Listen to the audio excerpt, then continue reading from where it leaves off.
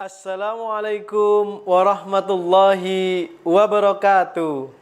Hello everyone. How are you today? Are you feeling good? Alhamdulillah. Okay, before the study, let's say basmalah together. Bismillahirrahmanirrahim.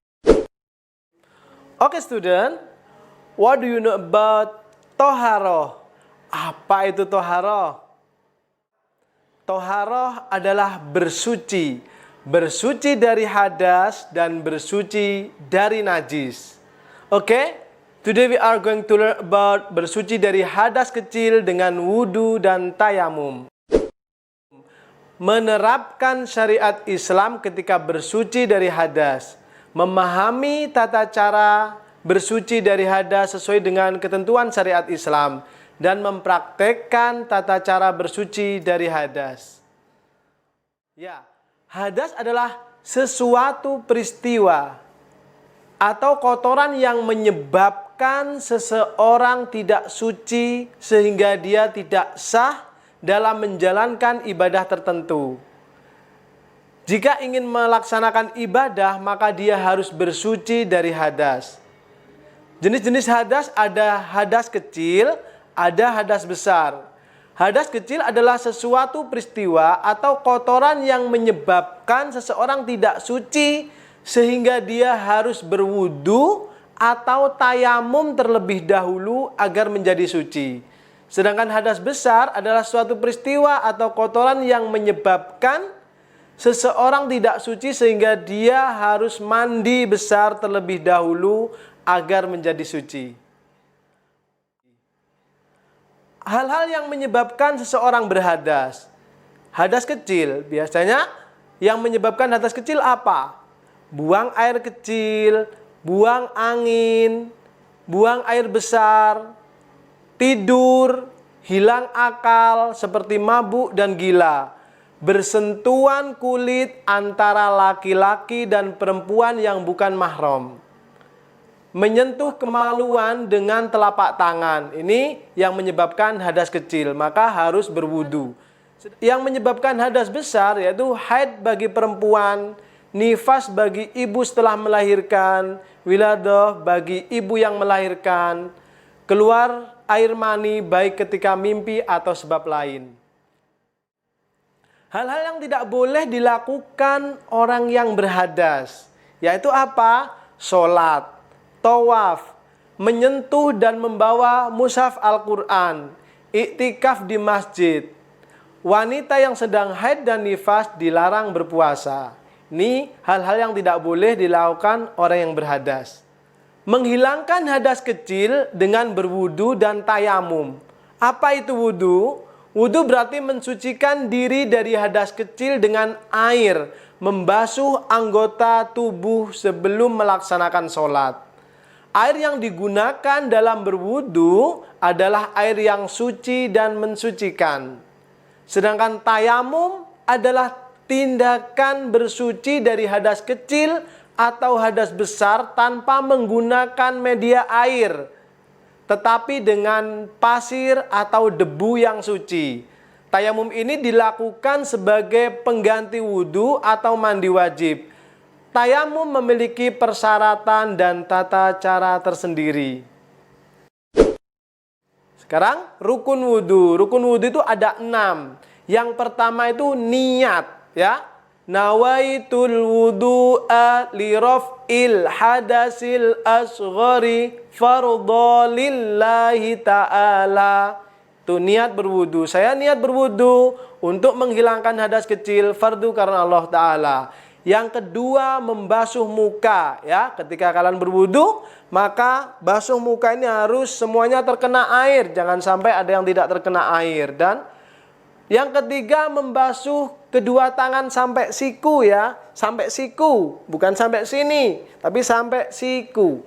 Yang keempat, mengusap sebagian kepala, ya. Mengusap sebagian kepala, terus telinga ini, ya, termasuk sebagian kepala. Yang kelima, membasuh kedua kaki sampai mata kaki, ya. Membasuh kedua kaki sampai mata kaki. Dan yang keenam, tertib. Apa itu tertib? berurutan ya, dari niat tadi, membasuh muka, tangan, ya, sebagian kepala dan kaki itu tertib. Sunah-sunah wudhu, yaitu membaca basmalah. Sebelum berwudhu, baca Bismillahirrahmanirrahim. Itu. Terus membasuh kedua telapak tangan sampai pergelangan tangan. Terus apalagi berkumur-kumur, itu sunah wudhu. Membersihkan lubang hidung, jadi menghirup air ke dalam hidung dan mengeluarkannya lagi. Terus mengusap kedua telinga luar dan dalam. Ini ya, telunjuk ini di tengah-tengah telinga, terus ibu jari ini memutar. Nah, seperti ini. Tuh. Terus mengulangi setiap basuhan 3 kali, itu sunnah. Terus mendahulukan anggota badan bagian kanan. Jangan wudhu dari kiri, tapi dari kanan dulu. Setelah itu berdoa sesudah wudhu. Bagaimana doanya? Bismillahirrahmanirrahim. Ashhadu an la ilaha illallah wahdahu la syarikalah wa ashhadu anna Muhammadan abduhu wa rasuluh. Allahumma ja'alni minat tawwabina waj'alni minal mutatahhirin waj'alni min ibadikas sholihin. Itu doa sesudah wudhu. Berikutnya adalah yang membatalkan wudhu, ya. Yang membatalkan wudhu, buang air kecil, buang air besar, buang angin tadi ya, bersentuhan kulit dengan lawan jenis tanpa penghalang, ya, menyentuh kubul atau dubur dengan telapak tangan, hilang akal karena mabuk atau gila dan tertidur. Sekarang tayamum, ya. Sebab-sebab tayamum apa? Ya, orang yang dibolehkan tayamum karena sakit dan tidak boleh terkena air. Ya, sakitnya ini karena kalau terkena air maka menjadi lebih parah sakitnya, maka dia dibolehkan untuk tayamum.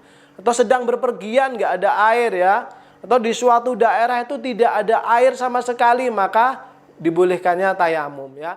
Syarat-syarat tayamum, yang pertama sudah masuk waktu sholat ya. Kalau belum masuk waktu sholat tidak boleh tayamum, harus sudah masuk waktu sholat, karena 1 kali tayamum untuk 1 sholat. Seperti itu. Terus sudah berusaha mencari air tetapi tidak menemukannya. Terus syaratnya berikutnya adalah sedang berhalangan menggunakan air, seperti sakit tadi. Terus yang keempat, menggunakan tanah atau debu yang suci ya. Rukun tayamum yang pertama adalah niat. Yang kedua mengusap muka ya. Mengusap muka, habis niat mengusap muka, terus mengusap kedua tangan sampai siku dengan debu. Tidak seperti wudhu ya nak. Jadi kalau tayamum cukup habis niat, terus debu ditempelkan, ditiup, ditempelkan ke muka, ngambil lagi, terus kedua tangan sampai siku. Segala yang membatalkan wudhu itu membatalkan tayamum. Terus melihat air sebelum sholat, kecuali karena sakit ya. Setelah mencari air, dia tayamum, ternyata airnya nggak ketemu. Setelah dia tayamum, ternyata menemukan air, maka batal tayamumnya, dia harus wudhu, tidak tayamum. Terus yang ketiga adalah murtad, keluar dari Islam. Niat tayamum.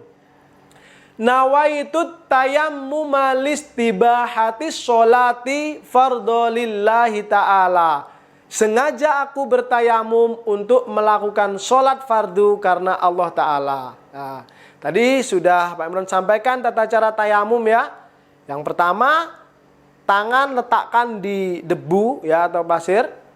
Setelah itu tiup atau gini kan, ditiup terus ditempelkan di wajah. Setelah itu ngambil lagi debu di tangan kanan sampai siku. Ya, terus tangan kiri. Setelah itu doa seperti doa selesai wudhu. Okay, that's all for today. Let's review the lesson we have learned about bersuci dari hadas kecil dengan wudhu dan tayamum. Wudhu berarti mensucikan diri dari hadas kecil dengan air, membasuh anggota tubuh sebelum melaksanakan sholat. Sedangkan tayamum adalah tindakan bersuci dari hadas kecil atau hadas besar tanpa menggunakan media air, tetapi dengan pasir atau debu yang suci dengan syarat dan rukun yang sudah ditentukan. Okay, as you Simon read this question. Number 1. Apa yang dimaksud dengan hadas? Number 2. Sebutkan 3 hal yang tidak boleh dilakukan ketika seseorang sedang berhadas. Number 3. Tuliskan niat wudhu dan niat tayamum, Arab dan artinya ya. Okay, thank you for attention. Let's close by saying hamdalah together. Alhamdulillahi Rabbil Alamin. See you next time insyaallah. Wassalamualaikum warahmatullahi wabarakatuh.